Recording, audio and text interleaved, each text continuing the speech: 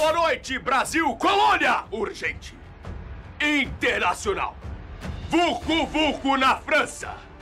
Tomaram a Bastilha. Mas antes... Close em mim! Close em mim! Já pedi close em mim? X9 do Império é preso e tá com a corda no pescoço. O motivo? Luta por independência! Crime de lesa majestade! Eu tenho imagens! Produção, roda aí!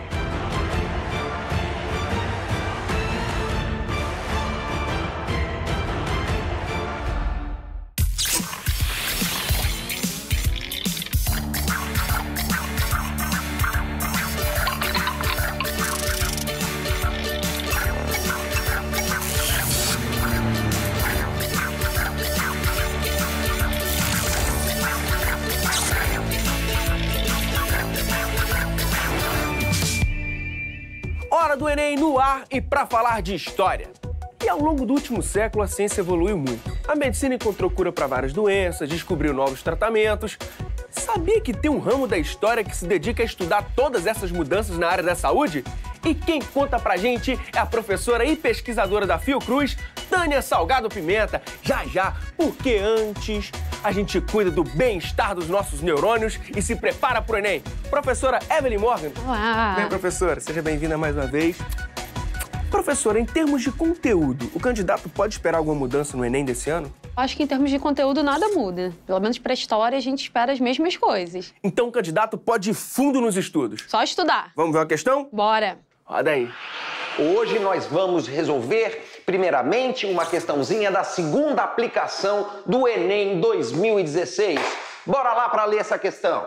Com seu manto real em verde e amarelo, as cores da casa dos Habsburgo e Bragança, mas que lembravam também os tons da natureza do Novo Mundo, cravejado de estrelas representando o Cruzeiro do Sul e, finalmente, com o cabeção de penas de papo de tucano em volta do pescoço, Dom Pedro II foi coroado imperador do Brasil. O monarca jamais foi tão tropical. Entre muitos ramos de café e tabaco, coroado como um César em meio a coqueiros e paineiras, Dom Pedro transformava-se em sinônimo da nacionalidade. Galera, para a gente responder essa questão, o primeiro passo a ser dado é entender a problemática relacionada à nossa independência. A independência do Brasil foi completamente diferente da independência das demais colônias da América.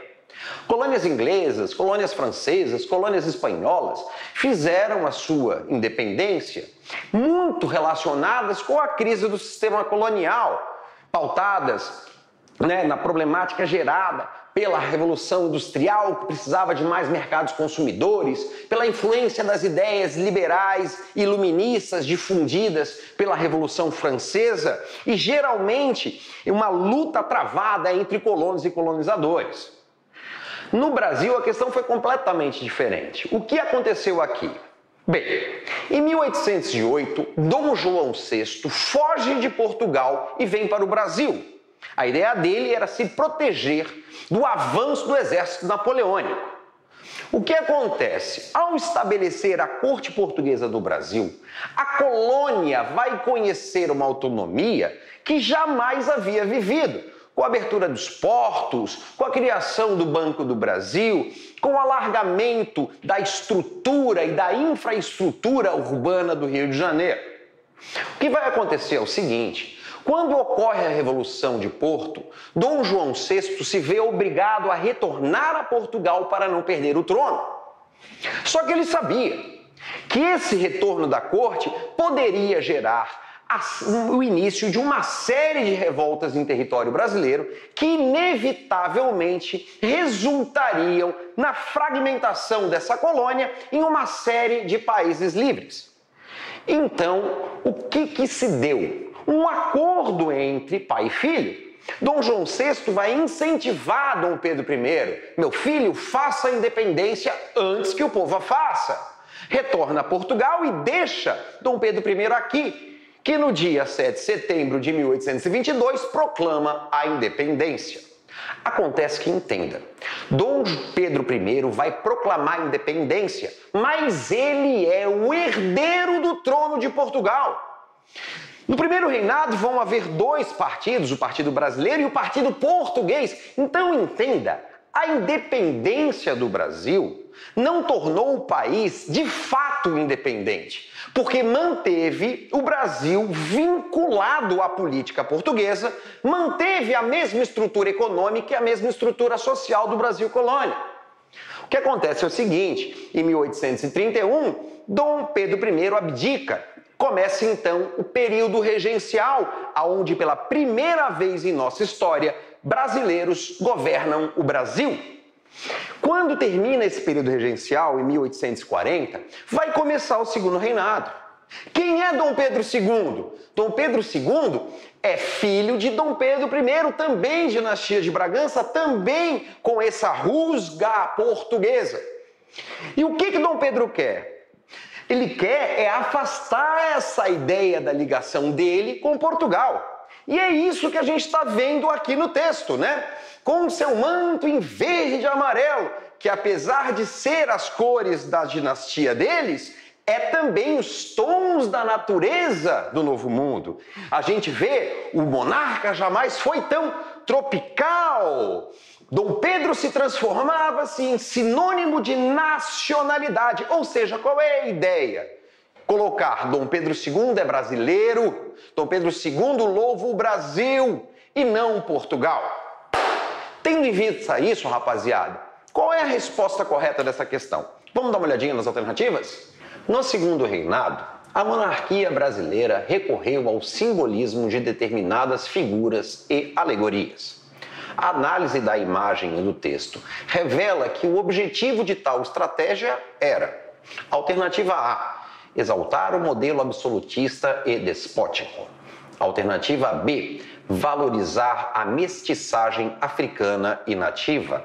Alternativa C, reduzir a participação democrática e popular. Alternativa D, mobilizar o sentimento patriótico e antilusitano. Alternativa E, obscurecer a origem portuguesa e colonizadora.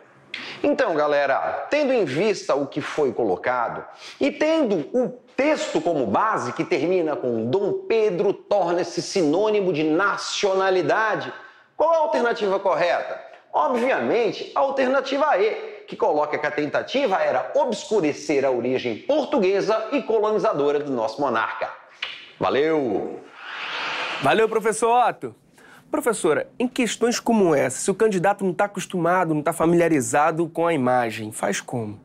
Então, é bom observar duas coisas. Imagem também é texto, ela precisa ser analisada. Então, olha para a imagem, observa os detalhes, vê de onde ela foi tirada. Segunda coisa, observe o comando da questão. O que ela está te pedindo, né? Sublinha ali o que ela está te pedindo, isso vai te ajudar a respondê-la. Segundo reinado, vamos situar esse período do século XIX? Foi um período longo da monarquia, né? Dom Pedro II vai governar por um longo tempo. Então, foi um período de consolidação, de centralização monárquica, por exemplo, com o fim de revoltas que queriam independência, como a Revolução Farroupilha, a Revolução Praeira. E também vai ser um período que a gente pode destacar, né, da economia cafeira, né, do início de correntes migratórias, a imigração europeia. Mas eu acho que uma coisa que cai sempre no Enem é o movimento abolicionista, que foi aí no auge, né, do segundo reinado. Então, esse movimento, né, o movimento abolicionista é bem importante. Além de lá, no final do segundo reinado, a gente tem o início do movimento republicano. Isso também é bem importante de destacar. E quando a gente costuma aprender esses temas? Olha, a partir ali do segundo ano do ensino médio. É claro que tem diferentes matrizes. Por exemplo, na escola técnica, como a gente tem o ensino médio integrado, a gente pode aprender até no terceiro ano. E para quem quer estudar mais? Então, eu sugiro As Barbas do Imperador, que inclusive é até a fonte que tiraram a imagem da questão. Tem uma versão desse livro em História em Quadrinhos. Acho que uma ideia interessante também é para o candidato baixar podcast e ouvir no deslocamento, né? Dá para você ouvir no celular. Então, até no engarrafamento dá para estudar para o Enem. Professora, que períodos da história do nosso país o candidato não pode deixar de estudar? História do Brasil é mais importante, né? Proporcionalmente é o que mais cai no Enem. Aí tem uma lista. Opa, então anota aí. principalmente o período republicano, né? Então, a era Vargas, principalmente agora que a gente está discutindo a questão da CLT, reformas trabalhistas, reforma da Previdência, né? E a CLT foi criada exatamente nesse momento. Também Primeira República, regime militar, né? Além também do Segundo Reinado, como a gente falou também lá o finalzinho, né? O movimento republicano no final do Segundo Reinado. E do Brasil colônia? Então, Brasil colônia, eu acho que é importante a gente pensar o diálogo com a questão econômica, né? Por exemplo, a corrida para o ouro, a questão do açúcar, mas acho que principalmente também o tráfico de escravos, também a escravização dos indígenas, né? Do índio, a gente também tem que destacar isso. Acho que um grande momento também é a chegada da família real em 1808, onde o Brasil deixou de ser colônia para ser Reino Unido a Portugal. Acho que são questões bem importantes aí para a gente destacar em Brasil colônia. Então vamos treinar esse assunto? Vamos. Ah, também as revoltas coloniais. Professor Otto, por favor, faça as honras. Vamos dar uma olhadinha em mais uma questão da primeira aplicação de 2016? Bora ler o enunciado. O que ocorreu na Bahia de 1798, ao contrário das outras situações de contestação política na América Portuguesa, é que o projeto que lhe era subjacente não tocou somente na condição ou no instrumento da integração subordinada das colônias do Império Luso. Dessa feita, ao contrário do que se deu nas Minas Gerais, 1789, a sedição avançou sobre a sua decorrência. A diferença entre as sedições abordadas no texto encontrava-se na pretensão de... Galera, para a gente responder essa questão, o primeiro passo é conhecer a Inconfidência Mineira e a Conjuração Baiana. Vamos começar falando sobre a Inconfidência Mineira. Qual foi o motivo principal da Inconfidência? A derrama. O que é a derrama? É a cobrança violenta do imposto mínimo cobrado sobre a extração aurífera. Ou seja, derrama, cobrança violenta de impostos sobre produção aurífera. Então, esses impostos batiam em quem? Na elite. E é isso mesmo que você precisa saber. A Inconfidência Mineira foi organizada pela elite em lojas maçônicas com o apoio da igreja. Já a Inconfidência Baiana, ou Conjuração Baiana, chamem como quiser, os motivos que geram ela são outros. O principal é a crise econômica. Salvador havia deixado de ser a capital, seus produtos, o tabaco, o algodão estavam em crise, o comércio estava em decadência, porque grande parte da elite havia migrado para o Rio de Janeiro. Então, a Conjuração Baiana, ela também é chamada de Conjuração dos Alfaiates, em uma alusão direta a quem? A classe média, aos comerciantes. Então, primeiro ponto, enquanto a Conjuração Mineira foi criada pela elite, a Conjuração Baiana foi criada pelas classes médias e pelos populares. Aí eu lhe pergunto, a elite vai querer grandes transformações sociais, sim ou não? Não, né? A elite está no poder, manda em tudo e tem dinheiro. Que transformações ela quer? Nenhuma. Agora, a classe comercial, os comerciantes e os populares vão querer mudanças sociais? Claro que vão. Ok? Então vamos ver entre as alternativas possíveis qual dessas mudanças pode ser apontada como a diferença entre essas sedições. Vamos dar um look aqui nas alternativas. Alternativa A, eliminar a hierarquia militar. Alternativa B, abolir a escravidão africana. Alternativa C, anular o domínio metropolitano. Alternativa D, suprimir a propriedade fundiária. Alternativa E, extinguir o absolutismo monárquico.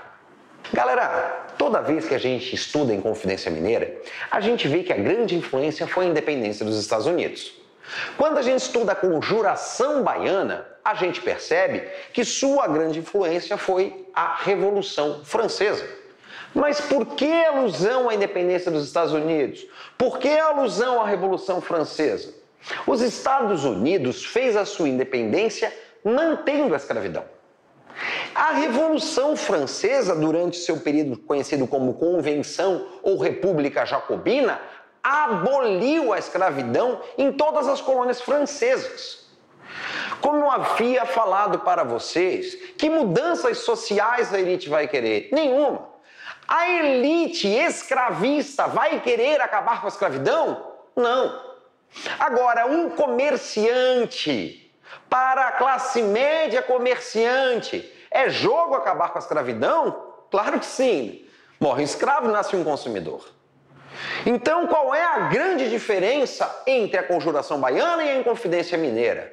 Qual é a grande diferença delas? Justamente a proposta da Inconfidência Mineira de manter a escravidão, enquanto a Conjuração Baiana propunha a abolição da escravidão. A nossa alternativa, então, é a B. Muito obrigado, professor.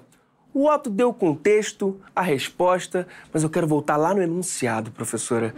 Se o candidato não souber o que aconteceu em 1789 e 1798 e também não souber o que é sedição, ele se lasca, né? Calma, respira, não se desespera. Primeiro, sedição é revolta, mas eu entendo que a dificuldade dessa questão é o vocabulário.